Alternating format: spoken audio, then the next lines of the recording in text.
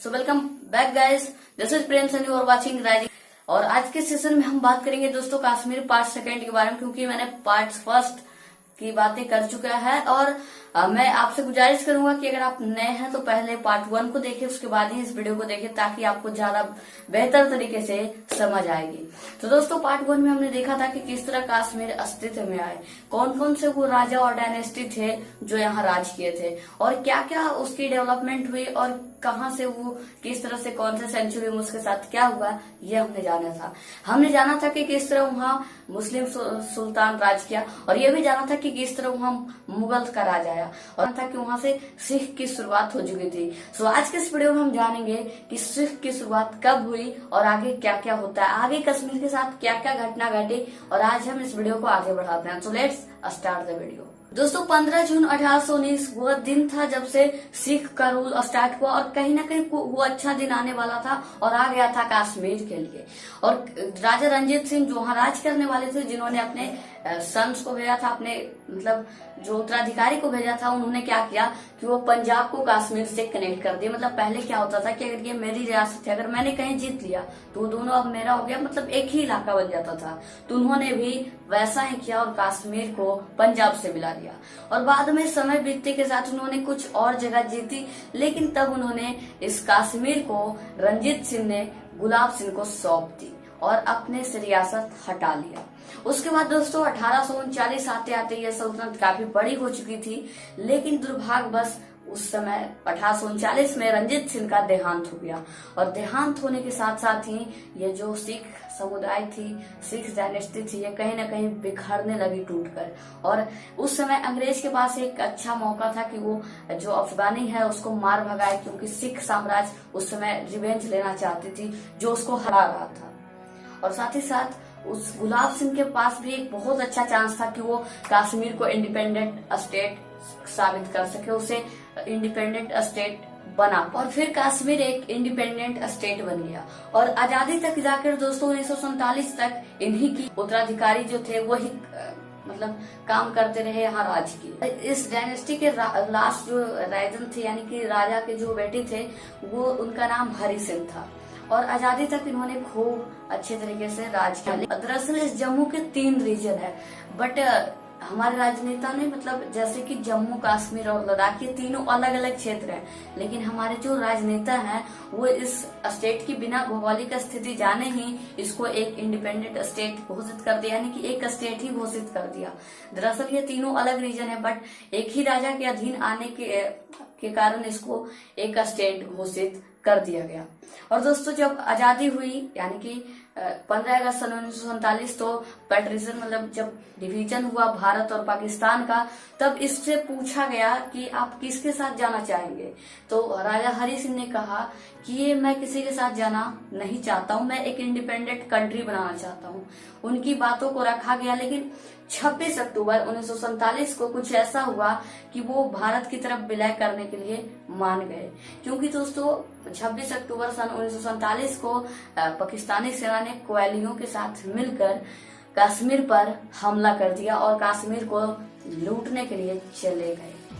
तब हरि सिंह उतने पावरफुल नहीं थे कि उससे लड़ सके, तो उन्होंने 26 अक्टूबर सन 1947 को भारतीय संघ में विलय में हस्ताक्षर कर दिया, और तभी से कश्मीर भारत का हिस्सा बन गया। लेकिन पाकिस्तान इस बात को क्यों नहीं मानता है, और वो लगातार हमले किया करता है, और तभी से इस ये जो स्टेट है वो एक विवादित स्टेट बना हुआ है। तो आप जो ये मैप पर देख रहे होंगे कि ये एक्साइन चीन है, और एक गिलगिट बाल्टिस्तान है, और एक पीओके है। तो दोस्तों गिलगिट बाल्टिस्तान जो है वो एक्चुअली हमारा ही रीजन, जो पीओके है वो भी हमारा, लेकिन पीओके के जो ये कश्मीर का पीओके है उसको पाकिस्तानी सेना ने उस समय कब्जा कर दिया था, एलोस और कारगिल। और तभी से लाइन ऑफ कंट्रोल नियंत्रण रेखा का जन्म हुआ था, क्योंकि इन लोग हमेशा घुसपैठ करके मतलब हमला वगैरह करते रहते थे, और उस रीजन पे हमला होते रहता था अक्सर ही, और उसे कैप्चर कर लिया करते थे।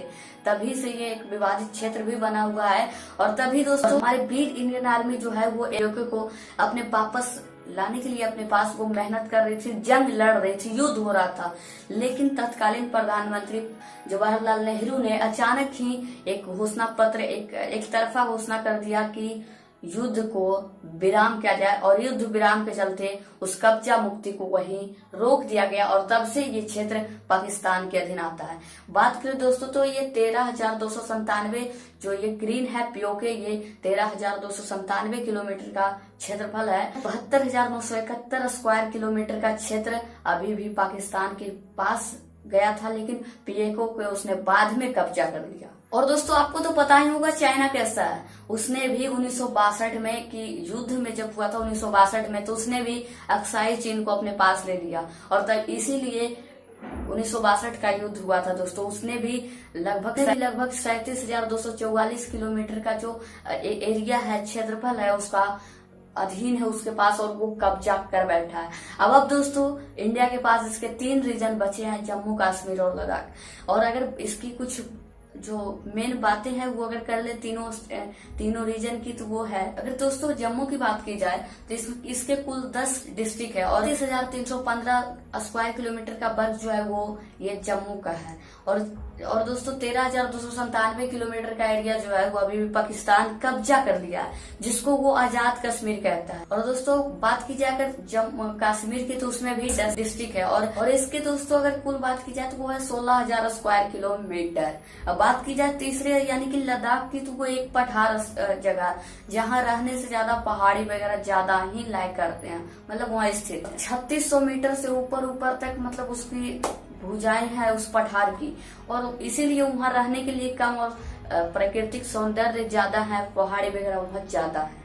और ये कुछ 33,554 किलोमीटर इसका स्क्वायर वर्ग है। और दोस्तों इसका जो ये लद्दाख और बाल्टिस्तान एक ही हुआ करते थे, लेकिन आफ्टर डिवीजन, मतलब जब भारत और पाकिस्तान का डिवीजन हुआ, तब ये पाकिस्तान की तरफ बाल्टिस्तान चला गया। और कुछ 18 सेंचुरी में ये सब एक थे, लेकिन पाकिस्तान के पास बाल्टिस्तान बाद में चला गया गिलगिस्तान। तो बात की जाए अगर दोस्तों तिब्बत की, तो वो सटा हुआ है कश्मीर से, लेकिन अभी भी चाइना जो है लद्दाख को जो है वो तिब्बत का हिस्सा मानता है। दोस्तों सिंधु नदी जो है वो लद्दाख से ही पाकिस्तान में, दोस्तों जो सिंधु नदी है वो लद्दाख से ही पाकिस्तान में एंटर करती है। तो प्राचीन काल में जो लद्दाख है ये बहुत ही फेमस था ट्रेडिंग रूट के लिए, यहाँ सिल्क वगैरह सभी चीज यहाँ से पास होते थे, क्योंकि ये एक मेन रास्ता था जो सारे लाइन को कनेक्ट करता था, चाहे वो तिब्बत हो, चीन हो, या कहीं भी जाना हो। तो वो इसलिए ये पहले जो प्राचीन काल में ये ट्रेडिंग रूट के नाम से बहुत ही फेमस था। दोस्तों अब शांति क्या है अब जम्मू कश्मीर और लद्दाख क्षेत्र में, ये तो अब बता नहीं सकता, क्योंकि आजादी के बाद शांति उनकी क्या रही है ये बखूबी आप और हम जाने, और आजादी के बाद उसकी क्या भौगोलिक स्थिति और क्या सिचुएशन रही है ये आप और हम बखूबी जानते हैं। तो इस टॉपिक पे ज्यादा बातें अब नहीं करते हैं। और 1989 यानी कि एक ऐसा दौर था, 1989 एक ऐसा दौर था दोस्तों जिस वक्त काफी सारे लोगों की हत्या हुई थी, लगभग 2000 इनोसेंट पीपल का हत्या करवा दिए गए थे। उसमें कुछ कश्मीरी पंडित भी शामिल थे और बुद्धिस्ट भी शामिल थे, जिनको मार दिया गया 1989 में मुसलमानों के द्वारा, और भी बहुत अत्याचार किए गए थे उस समय। सो वेल गाइस, अब आजादी के बाद क्या सिचुएशन रही है ये बखूबी आप और हम दोनों जानते हैं। सो अब बातें यहीं पर एंड करते हैं। और अगर आपको कहीं भी लगता है कि आपने नहीं समझा तो आप हमें नीचे कमेंट कर सकते हैं, मैं दूसरा भी वीडियोस पे ला सकता हूँ। सो आज की बातें मैं देख रखते हैं, और जय हिंद और वंदे मातरम।